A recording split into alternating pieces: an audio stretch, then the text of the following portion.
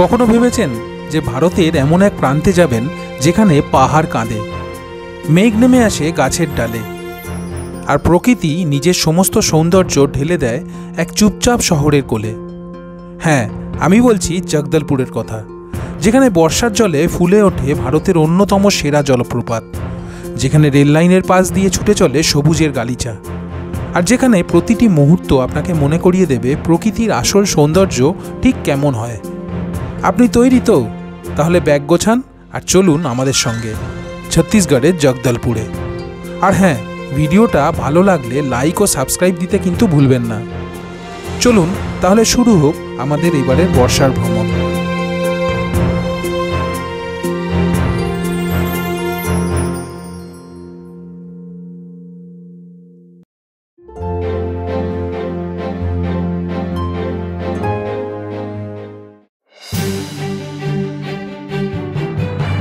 জগদলপুরের এই ট্যুর প্ল্যানটি শুরু করার আগে প্রথমেই চলুন ভিডিওটিকে আমরা মোট 4টি ভাগে ভাগ করে নিই। 1 নম্বর, কিভাবে পৌঁছাবেন জগদলপুরে, জগদলপুরে কোথায় থাকবেন, এছাড়াও কি কি দেখবেন এখানে, আর 4 নম্বর, আনুমানিক খরচ এখানে ঘুরতে গেলে আপনার কত পড়তে পারে। তাহলে চলুন এবার দেখে নিই কীভাবে আমরা পৌঁছাতে পারি জগদলপুরে।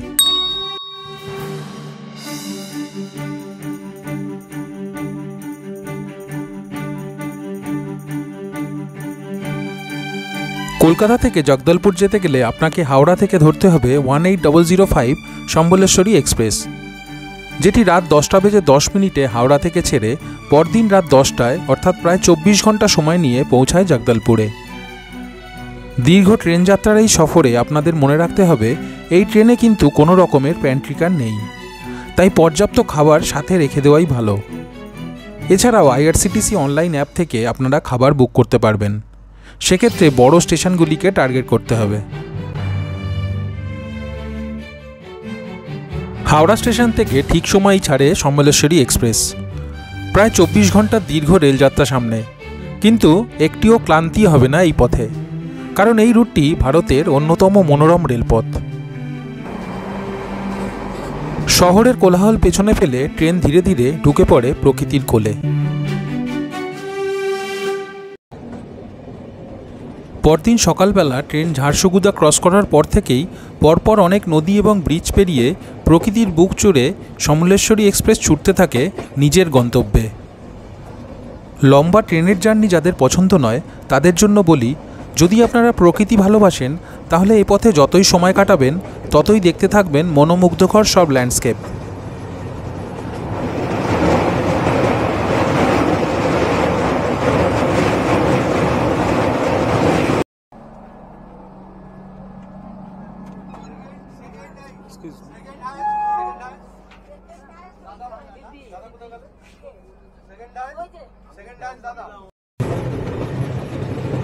আপনারা যদি বর্ষাকালে এ পথে ট্রেন জার্নি করেন তাহলে দেখতে পাবেন সবুজ এবং ঘন সবুজে ঘেরা চারপাশ ট্রেনের সাথে ছুটে চলবে তাল মিলিয়ে।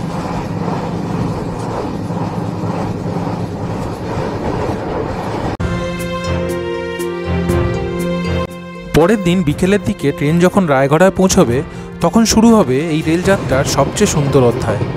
কেন বলছি এই কথাটা আপনারা নিজেই দেখতে পাবেন।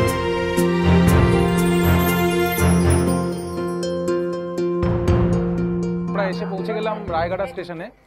রায়গড়া স্টেশনে আসার সাথে সাথে আমাদের মোট জার্নি ছিল 1163 কিলোমিটার, তার মধ্যে প্রায় 883 কিলোমিটার আমরা অলরেডি জার্নি কমপ্লিট করে ফেললাম। আর রায়গড়া স্টেশনটা, এখানে ট্রেনটা আধা ঘন্টা দাঁড়াবে। আধা ঘন্টা দাঁড়ানোর পিছনে যে রিজনটা আছে সেটা বলে দিই।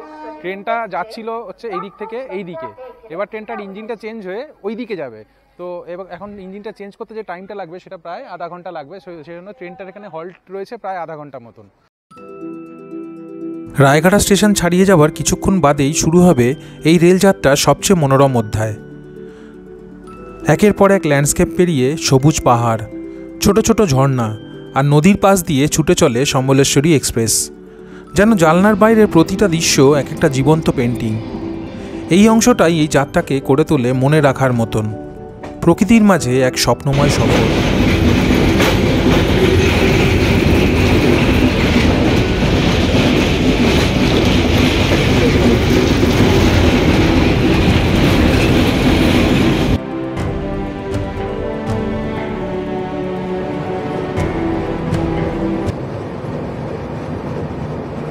দেখুন এখন আমাদের ট্রেনটা একটা টানেলের মধ্যে দিয়ে যাচ্ছে, আর এরকম মানে পরপর অজস্র টানেল আছে। তো এটার জন্যই কালকে থেকে ওয়েট করে রয়েছি, এইগুলোই আপনাদের দেখাবো বলে কাল থেকে ক্যামেরা হাতে করে দাঁড়িয়েছি। এই আমরা টানেল থেকে বেরিয়ে গেলাম এখন। প্রায় 24 ঘন্টা জার্নি শেষ করে অবশেষে পৌঁছে যান জগদলপুর স্টেশনে। দীর্ঘ এই 24 ঘন্টার রেলযাত্রা শেষ করে পৌঁছতে প্রায় রাত 10:30 বেজে যাবে। এবারে চলুন আপনাদের নিয়ে যাই আমাদের প্রথমেই বলা ভিডিওর দ্বিতীয় ভাগে, অর্থাৎ জগদলপুরে আপনারা কোথায় থাকবেন। এখানে আপনাদের একটা গুরুত্বপূর্ণ কথা বলে রাখি, যেটা অবশ্যই মাথায় রাখবেন।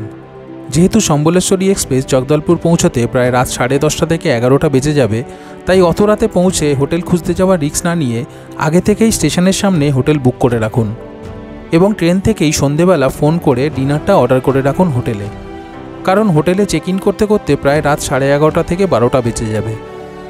জগদলপুরে এরকমই একটি হোটেল হলো হোটেল অতিথি। বাজেটের মধ্যে বেশ ভালো হোটেল। 1000 থেকে 1100 টাকার মধ্যে ডবল বেড এসি রুম আপনারা পেয়ে যাবেন এবং স্টেশন থেকে মাত্র 5 মিনিটের দূরত্ব হওয়ায় হোটেলে পৌঁছতেও সমস্যা হবে না।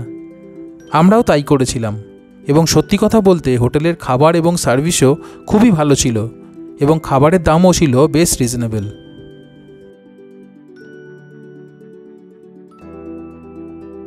স্টেশন থেকে হোটেলে এসে ফ্রেশ হয়ে খাওয়া দাওয়া করে আজকের মতন শুয়ে পড়ুন এবং আগামীকাল সকালের জন্য জগদলপুর এক্সপ্লোর করার জন্য নিজেকে তৈরি করুন।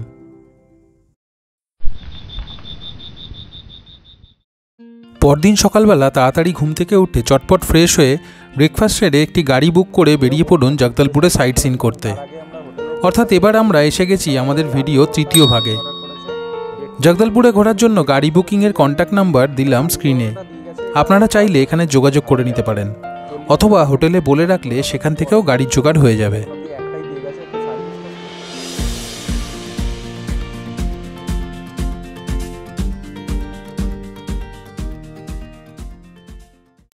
Good morning. জগদলপুরে আজকে আমাদের প্রথম দিন। আমরা লোকাল এক্সপ্লোর করব বলে বেরিয়ে পড়েছি সকাল সকাল ব্রেকফাস্ট করে। এখন আমরা যাচ্ছি তীরথগড়ের উদ্দেশ্যে। আজকে সারাদিন অনেকগুলো ওয়াটারফলস, লোকাল যা যা সাইট সিন আছে সেগুলো দেখার প্ল্যান আছে। দেখা যাক কতক্ষণ কি টাইম লাগে। ভীষণ এক্সাইটেড জগদলপুর লোকাল এক্সপ্লোর করার জন্য। আপনারাও সাথে থাকুন, দেখতে থাকুন টিংলু টংলু। আমরা এখন এই মুহূর্তে দাঁড়িয়ে আছি Kanger valley national park. Kanger valley national park actually এই মুহূর্তে খোলা থাকে না, সেপ্টেম্বরের থেকে নভেম্বর অবধি বন্ধ থাকে। তো আমরা এই কাঙ্গের ভ্যালি ন্যাশনাল পার্কের ভিতর দিয়েই তীরথগড় ওয়াটারফলসটা যেতে হয়, তো আমরা সেইটাই যাচ্ছি। সামনেই এন্ট্রি গেট ছিল, তো ওখানে এন্ট্রি হওয়ার পরে এখন আমরা চলেছি তীরথগড় ওয়াটারফলসের দিকে। জগদলপুরে সাইট সিনে বেরোলে প্রথম গন্তব্য হবে কাঙ্গের ভ্যালি ন্যাশনাল পার্ক, যেখানে দেখা যায় বিভিন্ন রকম বন্য প্রাণের সমাহার। কিন্তু জুলাই থেকে নভেম্বর পর্যন্ত এই পার্ক বন্ধ থাকায় আমরা এগিয়ে চললাম আমাদের এর পরের গন্তব্য তীরথগড় ওয়াটারফলসের দিকে, যার রাস্তা গিয়ে পড়েছে এই কাঙ্গের ভ্যালি ন্যাশনাল পার্কের মধ্যে দিয়েই। আমরা এখন তীরথগড় ওয়াটারফলসের একদম সামনে চলে এসেছি। এইখান দিয়ে নিচে যাওয়ার জায়গা আছে, তো এইখান দিয়ে আমরা যাব। আমাদের পার পার্সন 50 টাকা করে লাগলো, দুজনের জন্য লাগলো 100 টাকা।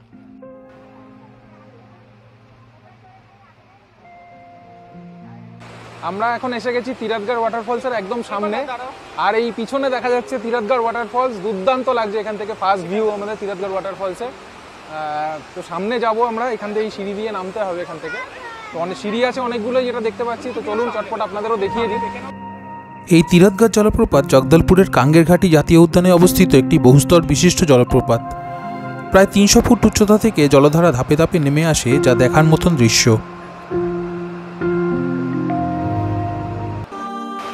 এই আমরা এসে গেলাম তীরথগড় ওয়াটারফলসের একদম সামনে।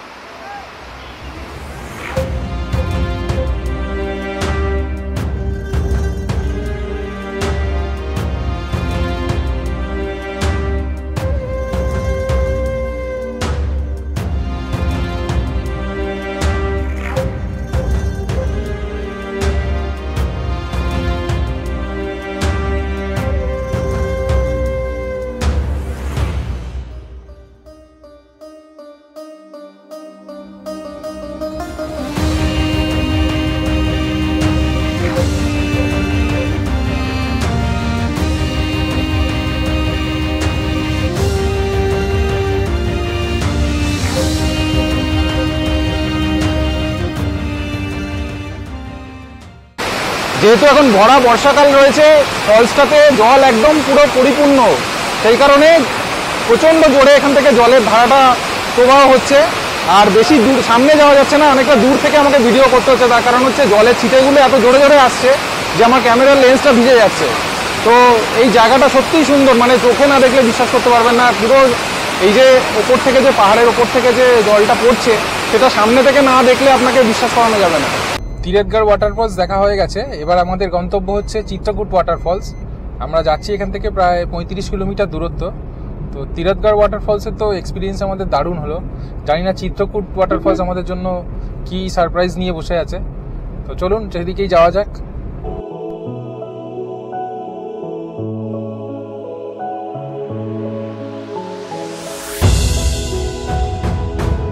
তিরথগড় ওয়াটারফলস থেকে এবারের গন্তব্য চিত্রকূট ওয়াটারফলস, যেটি ভারতবর্ষের নায়াগ্রা বলে ডাকা হয়। তিরথগড় থেকে চিত্রকূট ওয়াটারফলসের দূরত্ব প্রায় 35 কিলোমিটার মতন। এই 35 কিলোমিটার যাত্রাপথ কিন্তু বেশ সিনিক এবং মনোমুগ্ধকর। কোথা থেকে সময় কেটে যাবে কিছুই বুঝতে পারবেন না।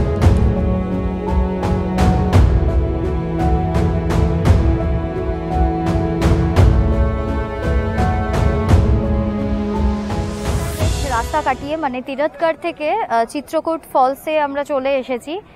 রাস্তাটা 1 ঘন্টার রাস্তা, কিন্তু খুব সুন্দর। 1 ঘন্টার বেশ সুন্দর রাস্তা, চারিপাশে সবুজ দেখতে দেখতে আমরা এখন চিত্রকূট ফলসে এসেছি। দূর থেকে আমি দেখতে পাচ্ছি নদীটা বয়ে গেছে, এটা ইন্দ্রাবতী নদী আছে। নদীটা মানে জলের আওয়াজ আর স্রোতটা এখান থেকেই শোনা যাচ্ছে বেশ অনেকটা দূর, মানে আমাদের এখনো প্রায় 500-600 মিটার মতো হেঁটে যেতে হবে। এখান থেকেই শুনতে পাচ্ছি খুব সুন্দর মানে জলের আওয়াজ হচ্ছে। আর ওয়েদারটাও খুব সুন্দর হয়ে গেছে, বর্ষায় বেশ মেঘলা একটা ওয়েদার। দেখা যাক কেমন লাগে। চিত্রকূট ওয়াটারফলসে আসার পর এটা আমাদের ফার্স্ট ভিউ চিত্রকূট ওয়াটারফলসের, আর দেখে মানে আমরা সাংঘাতিক এক্সাইটেড। মানে আপনারা না বললে বিশ্বাস করবে না, আমি এখান থেকে ফলসটা থেকে অনেকটা দূরে দাঁড়িয়ে রয়েছি আমি আর সায়নী, কিন্তু এখানেও আমাদের গায়ে ওই ঝাপটাটা এসে লাগছে। জানি না সামনে কতটা মানে ঝাপটা আমরা গেলে কতটা ভিজে যাবো বা কিছু, তো এটা আমরা অনেকটা দূরে দাঁড়িয়ে রয়েছি তাতেই অবস্থা। চিত্রকূটকে ভারতবর্ষের নায়াগ্রা ফলস বলা হয়, কেন বলা হয় সেটা আমরা এতদিন মানে শুনেছিলাম বা ভিডিওতে দেখেছিলাম। এখন সামনে আসার পর চাক্ষুষ করে আমরা এটা দেখতে পাচ্ছি যে কেন বলা হয়। চিত্রকূট ওয়াটারফলসে ঢুকতে গিয়ে প্রথমেই পড়বে এই শিব মন্দিরটি, যেটি পার করে চিত্রকূট ওয়াটারফলসের যে রূপ দেখা যায় তা সত্যিই অনবদ্য।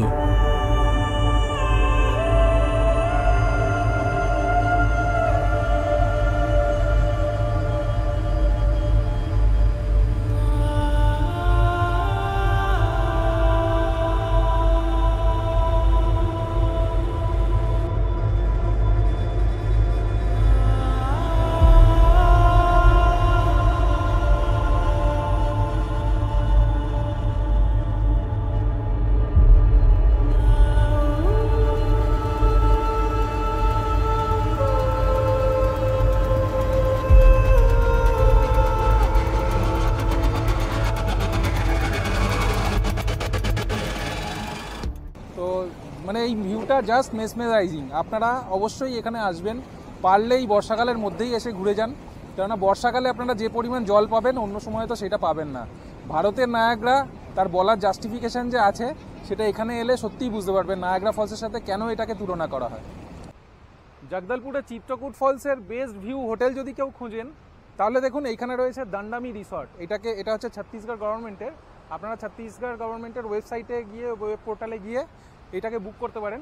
তবে এখানে আসলে আপনারা অনেক আগে থেকে বুক করবেন, মানে প্রায় 2-3 মাস আগে থেকে কিন্তু প্রত্যেকটা রুম বুক হয়ে যায়। আমরাও অ্যাকচুয়ালি এখানেই থাকবো ভেবেছিলাম, এখানে থাকলে পুরো ওখান থেকে পুরো ফলসের ভিউটা পাওয়া যায়।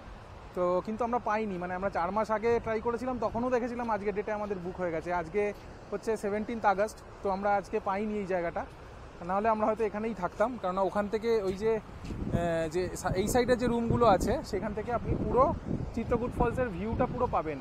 দেখুন এইখানে এই যে পিছনে এখানে চিত্রকূট ফলস, আর এইখানে হচ্ছে এই হোটেলটা দান্ডামি রিসর্ট। চিত্রকূট ফলসে দুর্দান্ত একটা এক্সপিরিয়েন্স করার পর এবার আমরা যাচ্ছি আর একটা ওয়াটারফলস দেখতে। ওয়াটারফলসটার নাম হচ্ছে তামড়া ঘুমর ওয়াটারফলস। তো তামড়া ঘুমর ওয়াটারফলসে কি আছে সেটা দেখতে গেলে চলুন আমাদের সাথে গিয়ে ওখানে গিয়ে একবারে দেখে নেবেন।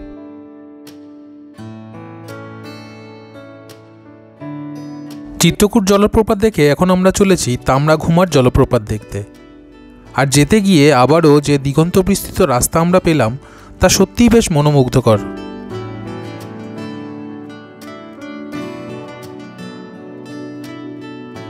এই উঁচু অংশটা থেকে জলটা নিচে পড়ছে, তো জলটার নিচে জলটা পড়ার পর একটা সুন্দর একটা ভিউ হচ্ছে, যেটা ওই সাইডে গেলে দেখা যাবে।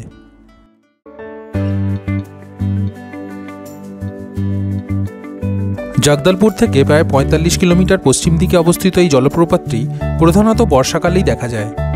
বাকি সময় এখানে বিশেষ জল থাকে না। চারপাশে ঘন নিরিবিলি সবুজ বনাঞ্চল পরিবেষ্টিত এই জায়গাটি কিন্তু বেশ উপভোগ্য একটি জায়গা। তামরাঘুমার জলপ্রপাতের থেকে আরেকটু দূরেই রয়েছে আরও একটি জলপ্রপাত, যার নাম মেহেন্দিঘুমার জলপ্রপাত। এই জায়গাটা তেমন চেনা না হলেও একবার দেখলেই মন জয় করে নেবে।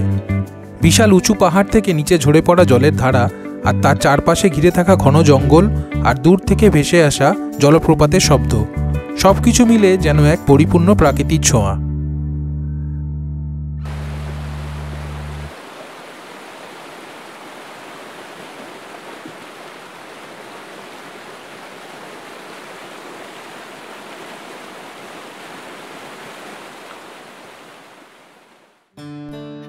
মোটামুটি এই ছিল আমাদের একদিনের এক ছোট্ট জগদলপুর ট্রিপের তথ্য। এরপর সন্ধেবেলা আবার জগদলপুর ফিরে এসে আপনারা এখানে বিখ্যাত এবং ঐতিহাসিক বাস্তার প্যালেস দেখে নিতে পারেন। পরের দিন জগদলপুর থেকে চলে যেতে পারেন বিশাখাপত্তনমের ট্যুরের জন্য। আমরাও তাই করেছিলাম। জগদলপুর থেকে বিশাখাপত্তনম যাওয়ার বর্ণনা দিয়ে একটি ভিডিও রয়েছে আমাদের চ্যানেলে, আপনারা চাইলে ডেসক্রিপশন বক্সের লিঙ্ক থেকে দেখে নিতে পারেন। আর এই ভিডিওটি ভালো লাগলে একটি মূল্যবান মতামত দিয়ে লাইক ও সাবস্ক্রাইব করতে ভুলবেন না কিন্তু। এবার চলুন স্ক্রিনে আপনাদের দেখাই জগদলপুর ভ্রমণের জন্য আনুমানিক খরচ কত হতে পারে। আপনারা চাইলে আপনাদের পছন্দ মতন মাথাপিছু হিসেব করে নিতে পারবেন।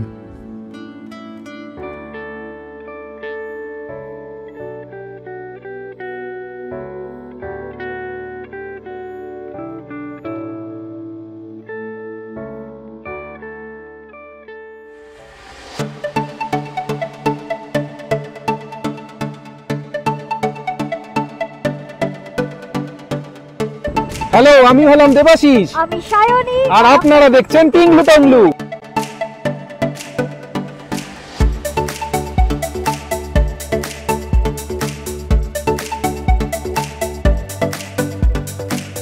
আমরা যেখানে যাই সেখানের ভিডিও আপনাদের দেখাই। আর যদি আপনাদের এই ভিডিওগুলো ভালো লেগে থাকে তাহলে অবশ্যই দিয়ে দেবেন একটা লাইক, আর চ্যানেলটিকে সাবস্ক্রাইব করে বেল বাটনটি প্রেস করে রাখুন।